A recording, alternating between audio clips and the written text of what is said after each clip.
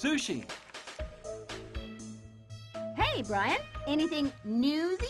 I found Johnny's trailer. How cool! And did you find any clues leading to the money? Yeah, I found a brochure for a maximum security bank in the trailer.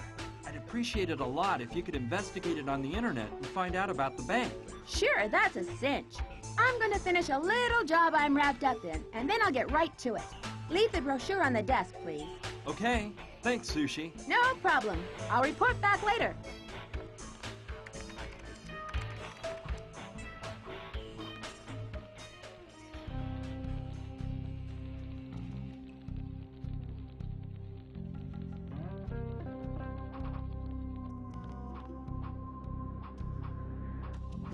Brian, come on up, fast! I've got some really juicy news. I'm coming.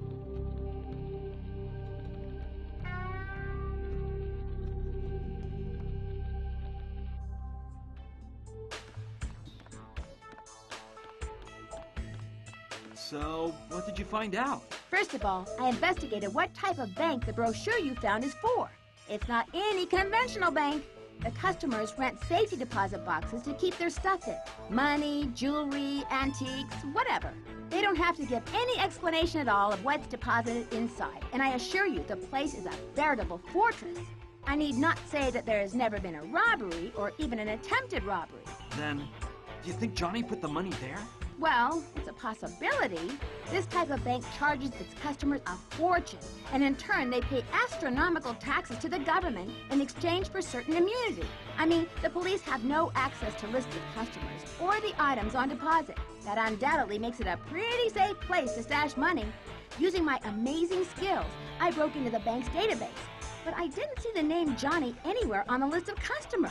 That doesn't surprise me. If Johnny wanted to hide the money there, I'm sure he was more concerned about throwing the Sandrettis off than the police. But what really gave me a big clue was the security system used at the Mojave Bank. When customers rent a safety deposit box, they receive no key or magnetic card whatsoever. Nothing. What they do is perform a fingerprint analysis. And when customers want to access the box, they just place their index finger on a scanner for the computer to identify their fingerprint. And then they're let in. You catch my drift? Yeah, you're thinking of the bottle of formaldehyde I found in the sacred crypt. There you go. Then I researched the police databases, and I entered Johnny's full name, John Tawangyama. I verified that he showed up dead in a New York alley 2 days ago. I kept following the lead of his last name, which obviously isn't very common, and I found an interesting bit of info. 4 years back, a woman's corpse floated up in the Green Gila River. When they checked her identity, she turned out to be Sister Juana Buenadicha of the Santa Clara Mission in California. She'd been strangled and thrown into the river. A nun? No way! How was she connected to all this? Juana Buenadicha is the name she took when she entered the order. That woman was an Indian, though, and her real name was Mary Tawangyama. Was she related to Johnny? It was his twin sister. Guess what was missing from the body when they found it? I bet it was her right index finger. Bingo! And whose name do you think the safety deposit box at the Mojave Bank was rented to for 10 years? Sister Juana Benedicha? Exactly. It all fits together now. Johnny made his sister rent the safety deposit box at the Mojave Bank and put all the money there. I don't think he planned on killing her in the beginning, but by the end, he was afraid she would betray him while he was in prison. That scoundrel preferred not to risk it, so he strangled his own sister, cut her finger off, and tossed the body into the river. I guess he thought it wouldn't be hard to disguise himself as a nun and use his sister's finger to take out the money when the time came. Hiding the finger in the sacred Hopi crypt seems a bit unlikely, but I think he was running out of time by then, and he needed a safe place to keep the finger for all of the years he was going to be locked up in jail. He knew about the crypt, and it seemed like a good solution. I suppose that what he never counted on was that the Sandrettis would get suspicious and go after him the minute he was released from prison. Good work, Sushi. I'm amazed. Thanks. Well, I don't think there's anything to stop you from taking the money using the plan Johnny already cooked up. Just to be on the safe side, it would be better for Gina to dress up as Juana Buenadicha. She can put on the nun outfit and use the finger. I don't think she'll have any trouble taking out the cash. These banks are famous for not asking lots of questions. Sushi, it's only fair for you to get some of the money. You've definitely earned your share. I don't really need it. No, Brian. You know, I don't like to talk about this, but I've actually got a lot of my own money already. I inherited a truckload and won't be able to spend it all if I live 1,000 years. I'm not interested in money, probably because I've never needed it. That's just me. Don't think twice, Brian. Have Gina get the money and start a new life. You just have to get a nun costume, and that shouldn't be a problem. Wait, now I remember. When I was in Johnny's trailer, I saw a nun's habit on a hanger. How evil. I'm sure it was his sister's habit. Well, all the better. Go get that habit and you're ready.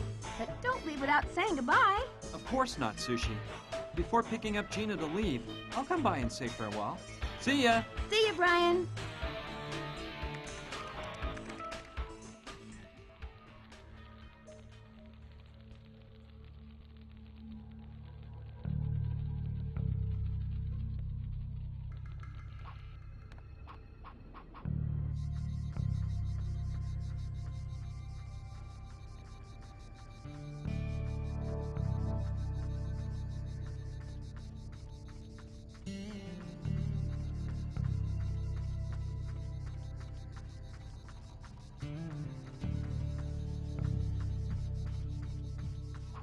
Something stinks. Okay, but it gives me the creeps to take it. Look at that poor woman killed by her own scoundrel of a brother. I think we're in luck. The habit is just Gina's size.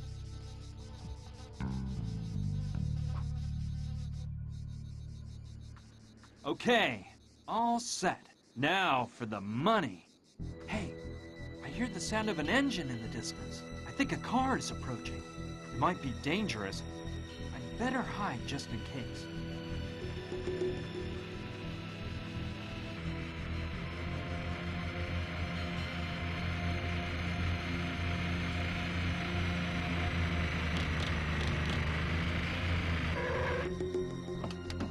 No, not now! Those dumb goons, Gustav and Fyodor, they found us! Here's the trailer, just like Bob said. Yeah, but I don't think Johnny the Indian was dumb enough to hide the cash here. I don't either, but we better check. Did you see that? Fresh footprints by the door. Do you think they belong to that idiot and that bimbo? They only belong to one person, and by the size of them, they must be his. Something tells me they're close by. They probably split up to try and find where Johnny stashed the dough. I bet they'll come back here, either together or alone. What if they have the money? Nah, I don't think so. Plus, finding them in this area won't be that easy. This is a huge desert. Let's do a full search of this trailer and wait for a while to see if they show up. What if they don't? Then we'll go out and look for them. And mark my words, we'll find them, whatever it takes. And when we do, they'll wish they'd never been born. Come on!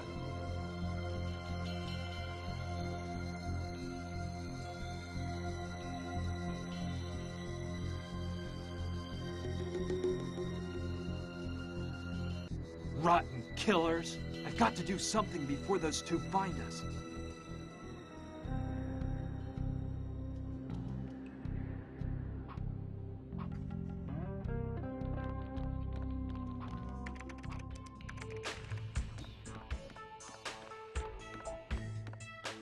Hello, Sushi. Hi, Brian. Do you have the nun's habit yet? I have it, but now we've got new problems. Right when I was leaving the trailer, Gustav and Fyodor showed up. They're the Sandretti's henchmen. They almost saw me. Wow. So they're hot on your trail then? No, I'm afraid not. I guess they knew about Johnny's trailer and must have imagined that we would be looking for it too. From what I could hear them say, they plan on waiting in the trailer to see if we show up. Well, that gives you some time to escape.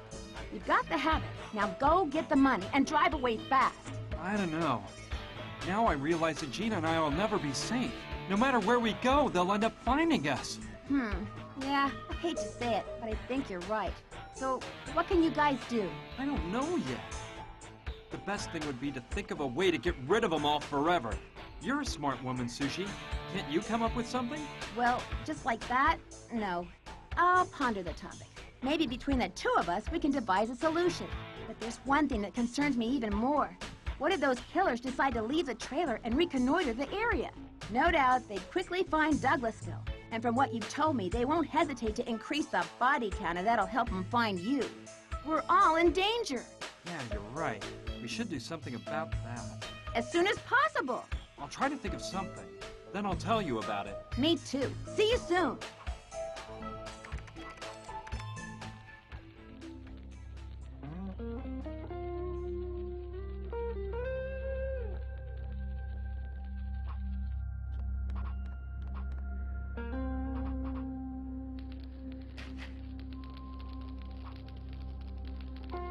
After being in the same position for over a century, I thought it'd be harder to move than this.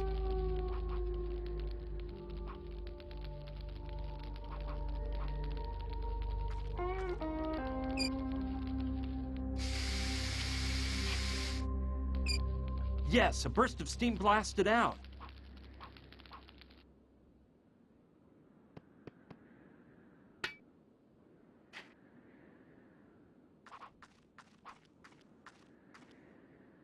It's a sheriff's badge. It must have flown out the smokestack like the cell key did. Yeah, I can use that. It's not too worn out considering the circumstances.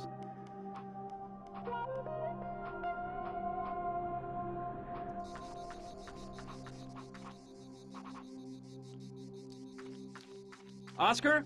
What's up, Brian? Your life has a new mission. I've spoken to Mama Dorita about this, and she fully agrees. Well, what is it? Oscar, you've been named the new sheriff of Douglasville. Wow. Please raise your right hand so I can swear you in. Repeat after me. I promise to defend, with my life if necessary, the laws set down in the Constitution of this nation. I promise to defend, with my wife if necessary, the laws down in that Constitution of this here nation. And I swear I will do everything necessary to ensure that these laws are not violated and to pursue anyone who might attempt to break them. And I swear I'll do things necessary to ensure them laws aren't violated and to pursue anyone who might attempt to break them.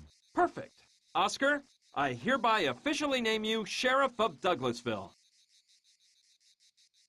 Dandy. Sheriff Oscar, your first mission has already come in. Listen, you've got to go to... Hey, what about my weapon? What? My sheriff's weapon. What kind of law enforcement official can I be without a weapon? Yeah, you're right. Of course, your sheriff's weapon. Sorry, I forgot to bring that. I'll go get it. You wait here and I'll be back faster than you can say sheriff. Yes, I know the rifle Sushi shot me with when I got to Douglasville has to be around here somewhere. I know she won't mind if I take it. Now this is looking better. So you were saying? What is my first mission as sheriff? Look, about 3 miles south of Douglasville, there's a couple of guys creating a ruckus and frightening the locals. You've got to stop them and lock them up in the Douglasville jail. But watch your step, partner. These guys are armed and dangerous. Don't you worry, friend. In the penitentiary, they used to call me Terminator. I'm going after them. Good luck. I'm sure you can do the job, Sheriff. Okay, the best thing to do would be to head for Douglasville and wait there until Oscar's completed his mission. From this window, I'll be able to see Oscar when he arrives. Here comes Gustav and Theodore's car. And Oscar is driving, so I guess everything went okay. Yes, he's pulling them out of the car, and he's tied them up hand and foot. What a tough dude! He's grabbed each of them by one arm and is dragging him into the jail. Whoa, he's so buff. I've got to tell Sushi.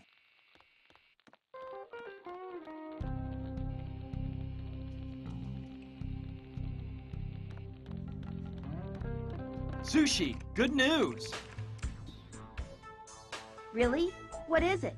Those cursed assassins are now locked away in the town jail. But how did you manage that? It was Oscar. I made him the town sheriff and gave him his first mission, to capture those 2 killers. No way. You're unbelievable, Brian. That big guy Oscar is unbelievable.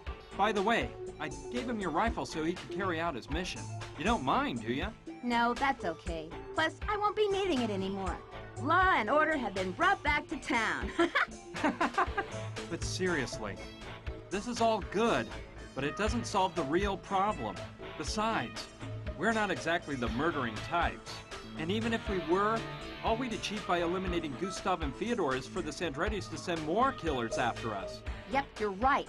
We've got to think of something to free us of the Sandrettis for good. You said it. You know what? I think I'll go and congratulate Oscar and get the pleasure of seeing those 2 thugs behind bars. Are you coming? No, not right now. You go, and I'll keep thinking of a plan. All right, see you soon. See you soon.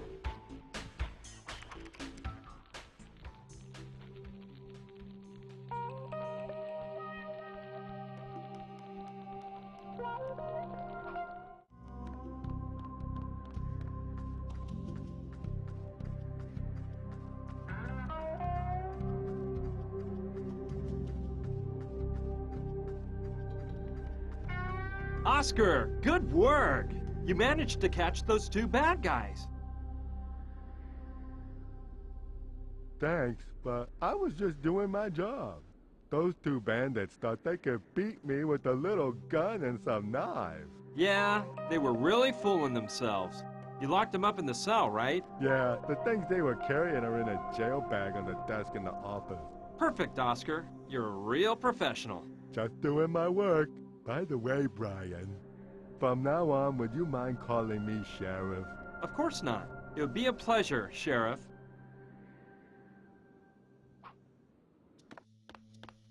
Hi, guys.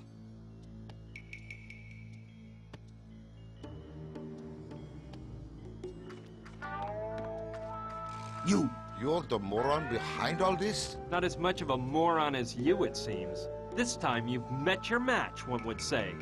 Wouldn't you, boys? You mean that orangutan? He caught us off guard. He didn't look dangerous with that silly face. I'd watch my mouth if I were you. If Oscar hears you, I accept no responsibility for his actions. You're some smart-aleck kid, but you're out of your league. Stop playing funny, boy. You're a dead man. Yeah, deader than that corpse there behind you. I don't think you should be threatening anyone at this point. You should be begging! And speaking of that guy back there, take a good look, because that's how you guys are gonna end up. What a waste of time talking to 2 killers. What do you think you're gonna do with us? I bet you ain't got the nerve to kill us. Okay, examining the stuff those 2 guys were carrying around may give us some ideas. The canvas is pretty worn out, but I don't think it'll tear.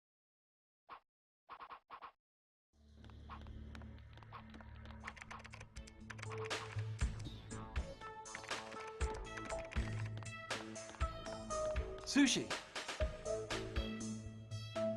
Yes, Brian. I brought you everything Gustav and Fyodor had on him.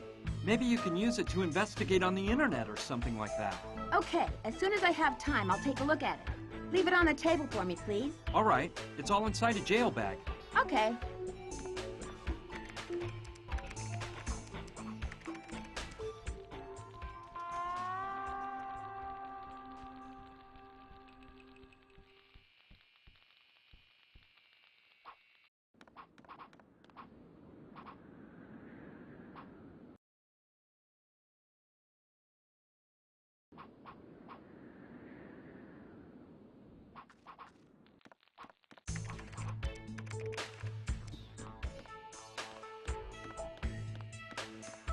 Sushi, sorry for disturbing you.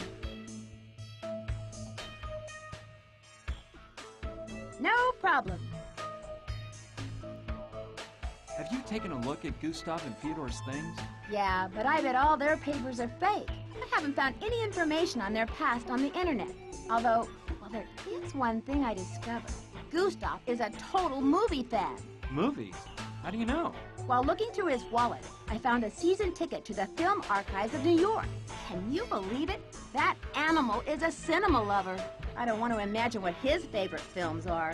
You know, movies are what I miss most since moving here. In Boston, I used to go 2 or 3 times a week. You like movies? Oh, I do too. I'm a major movie freak. Oh, yeah? So tell me, who is your favorite director? Woody Allen. He's my favorite, too. I know it's hard to pick, since there are so many good ones, but which of his movies do you like best? Manhattan Murder Mystery. I love that one. Do you remember the scene where... Hey, wait a minute. I think I've got an idea to solve all this. Just let me think for a minute here, but it should work. Wait, let me organize everything, and then I'll explain. But can't you tell me about your bright idea? No, I'd rather make sure that we have everything we need first. Come back in an hour, okay? Seems like it's been an hour to me.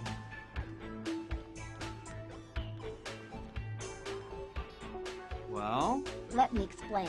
Remember how in Manhattan Murder Mystery they record the husband's voice in order to pretend that he makes a phone call later on? Yeah, sure I remember. My idea is to do something similar. We'll call the Sandrettis pretending to be one of the thugs. There's a cellular phone in Gustav and Theodore's safes. I've looked through it, and there's a number memorized as bosses, which is undoubtedly the number they call to report to the Sandrettis. We use a more sophisticated system than in the movie. A voice emulation program. I downloaded one from a website called The Wade Secret and Fully Invincible. What would we achieve by calling the Sandrettis and pretending to be the thugs? We'll make them suspect that Gustav and Theodore are intending to keep the cash for themselves. Yeah, that sounds like a good plan. How do we do it? You have to record the thugs' voices so I can enter samples into the program. It'll analyze them and create a filter which we can use on any voice to make it sound like the voice of those killers. Program is that good? Guaranteed. Meanwhile, you have to record Gina saying something like, "You lying murderer, you killed him and now you want to keep the money." Gina is on our side, so we can just use her voice. We don't need to emulate it. Got it? Yeah, but are you sure this is gonna work? Of course I am. Don't you worry. Just do your part and leave the rest up to me. There's an MP3 recorder on the table. Go get it and record those voices, please. All right, I will. Okay, don't take too long. It's small and incredibly light.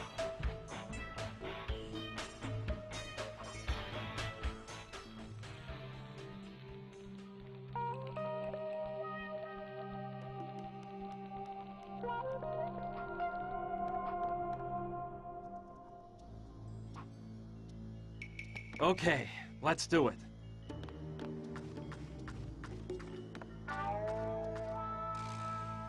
Hi guys, how's it going?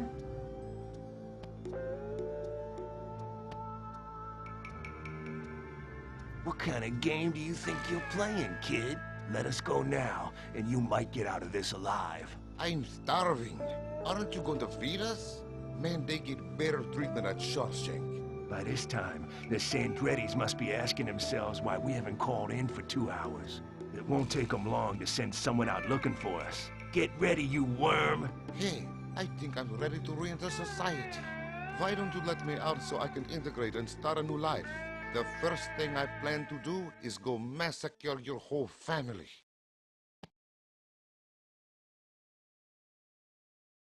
Why don't you shut your trap, you Russian retard? Give it a rest, One-Eye. Come on, boys, don't argue. Cellmates are supposed to get along. Done. Now I have the voices of those two recorded.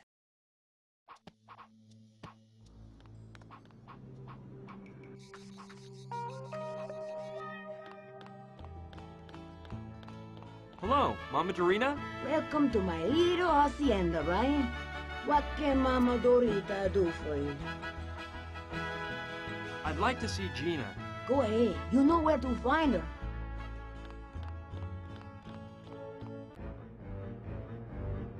Well, hello, Gina. Johnny! You tricked me, you hussy. Now you're gonna die.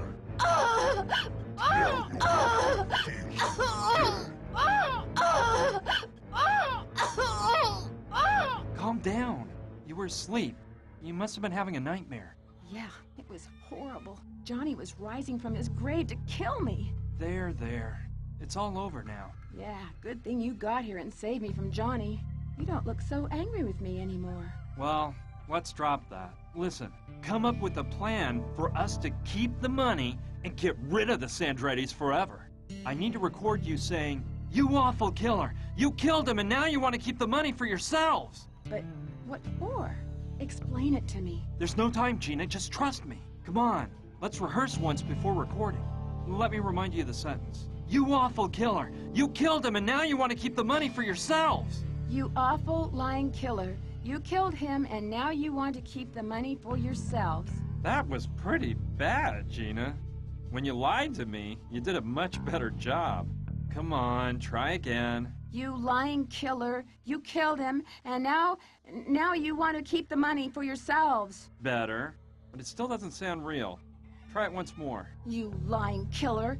You killed him and now you want to keep the money for yourselves. Well, it's no Oscar performance, but it'll do. Wait for me to start recording and say it again. You lying killer. You killed him and now you want to keep the money for yourselves. Okay, I'm leaving. There's no time to lose. Get ready. I'll come back for you shortly, and we'll go find the money. Aren't you going to tell me your plans? Later, I promise. Right now, I have to leave. All right, but don't take long, please. No, don't worry. See you soon. See you.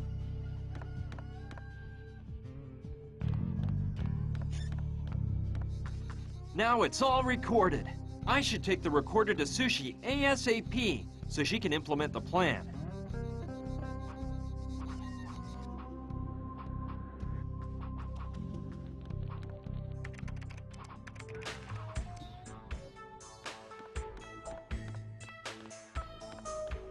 Hey, Sushi. Hi. Did you get the recordings? Yes, I have it all. Excellent. Leave the recorder on the desk and give me an hour to organize everything. Whatever you say. See you in an hour. Bye. Seems like it's been an hour to me.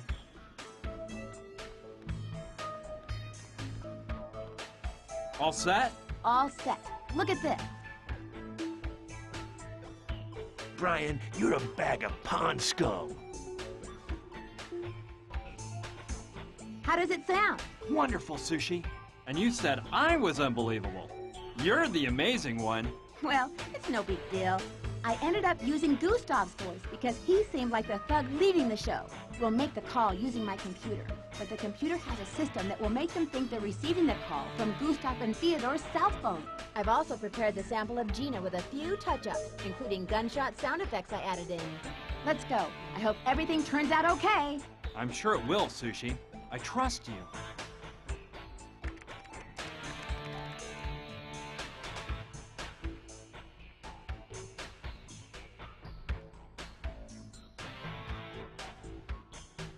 It's about time.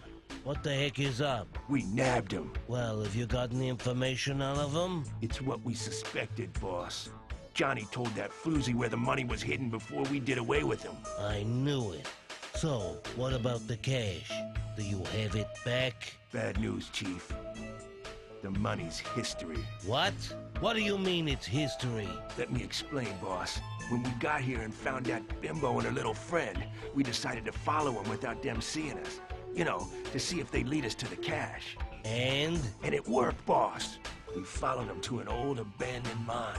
And apparently that's where Johnny hid the booty after the heist. We caught him by surprise exiting the mine with 2 huge trunks. But this stupid mule Theodore jumped the gun, as usual, and shot too soon. You useless, incompetent donkeys!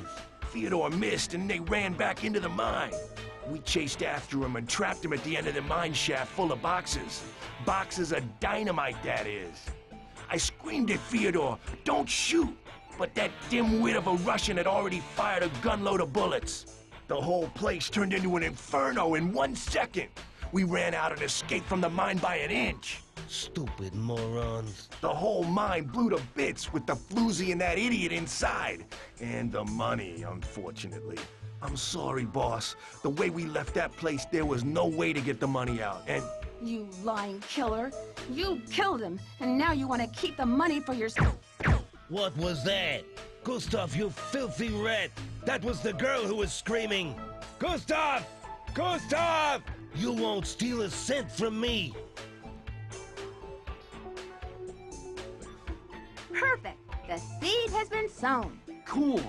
Oh, and thanks for calling me an idiot. I'm sorry, but it has to be credible. It doesn't matter. This came off great. It sure did. Excuse my lack of modesty, but I did a wonderful job here. And you don't even know about the icing on the cake yet. What icing? Listen, and try not to fall to the floor and kiss my feet. I hacked into a Swiss bank and created an account under Gustav and Theodore's names with a balance of $20 million. I printed up a receipt from the account and stuck it into Gustav's wallet. It's hidden well enough that he won't find it before the right time. Tomorrow, I'll instruct Oscar to take the killers out of the jail, blindfold them, and take them far away from here. I'll tell him to abandon them on some remote highway, but to make sure he gives them their stuff back first. Either I'm way off here, or the Sandrettis will soon find them. I wouldn't want to be in their skin when the Sandrettis find the receipt from the Swiss bank. Simply brilliant, Sushi! You never cease to amaze me. The only thing is, I'll have to lend Oscar the thug's car. I thought I'd use it myself to pick up Gina and go straight to the Mojave Bank before having a panic attack, but... Oh, take it. It doesn't matter. Oscar can just take one of my Hummers tomorrow. One of your Hummers? Yeah, I have 3 in the barn, so that's all worked out. Anyway, let me tell you something. I hate goodbyes. I always end up in tears. So I'd rather just stay here by my computer instead of watching you leave, okay? Thanks for everything, Sushi. I'll never forget you. Goodbye, Brian. Please come back someday. And send me some email.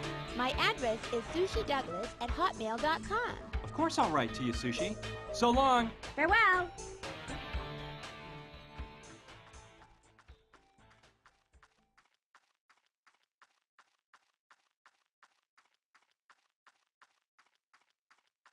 Sheriff, I've got a mosey. I've got an urgent mission elsewhere. I'm taking the prisoner's car, all right? Sure. The keys are in the ignition. About those 2 guys in there, just follow Sushi Douglas's orders. She's the mayor of Douglasville. I'll do that. See you soon, Oscar. Adios, amigo.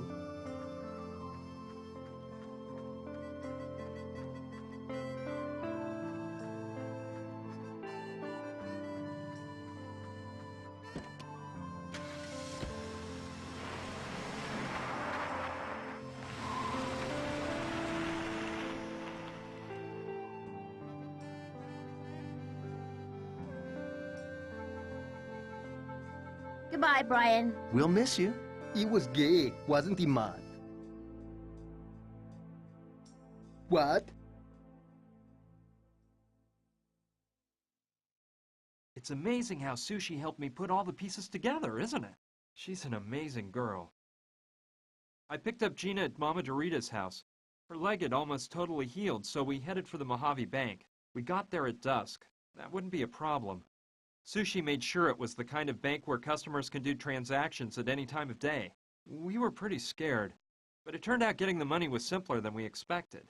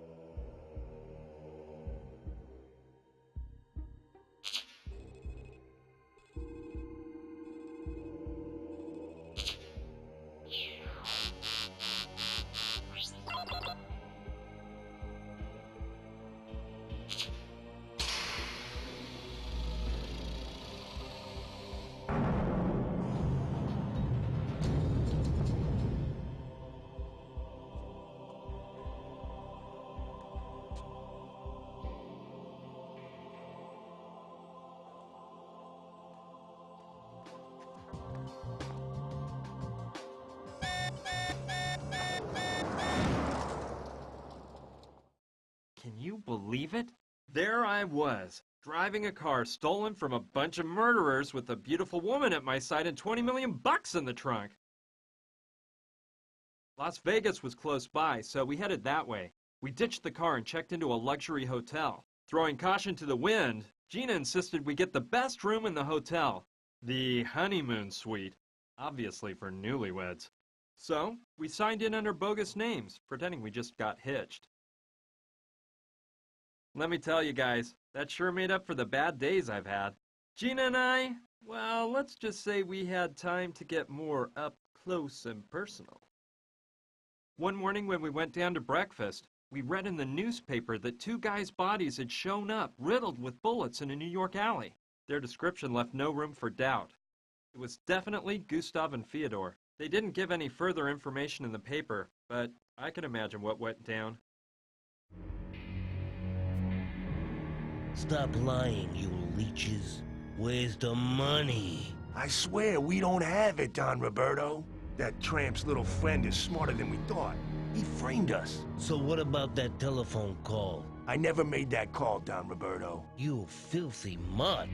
Do you think I can't recognize your scratchy, betraying voice, you cellar rat? We aren't lying, Don Carlo. We would never betray you guys. Roberto, perhaps they aren't deceiving us. Gustav and Fyodor are our best men, and they've always been loyal. I know, Carlo. I know.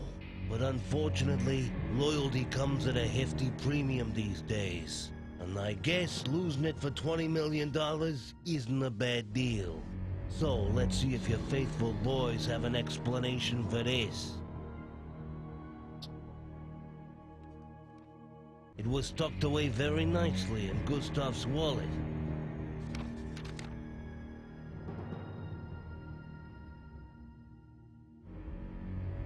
Hey, you scumbags! Hey, nobody laughs at Carlos Andretti to his face. No, Don Carlo, don't do it! Hey!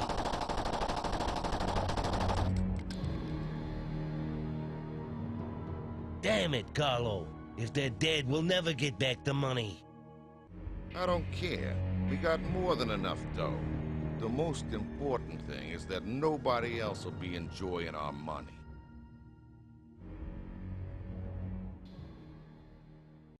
Everything turned out all right after all.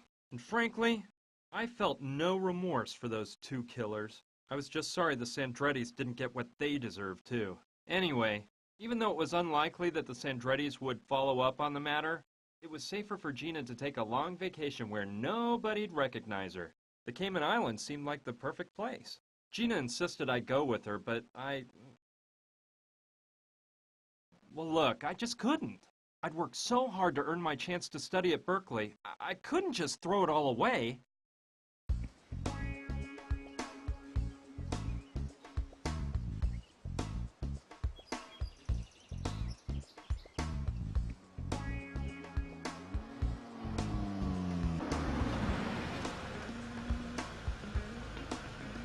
We made it. Brian, are you sure you don't want to come with me? No, Gina. I worked really hard to be able to come here, and I can't just let it all go by the wayside. Whatever you want. I'm gonna miss you. I'll miss you, too. But it's for the best. This is where I belong. You could always take a year off and then... That wouldn't work. Be happy, Gina. See you soon. I'd be happier with stubborn old you. Goodbye.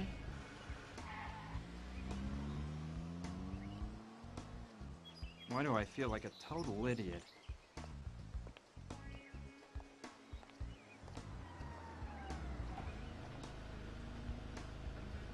What did you forget now? Well, something tells me you're dying to come with me. Am I right? Maybe, but what about you? What about me? Are you dying for me to go with you? Of course.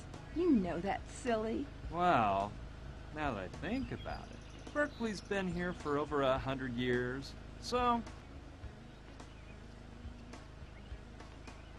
I guess it can wait 1 year more.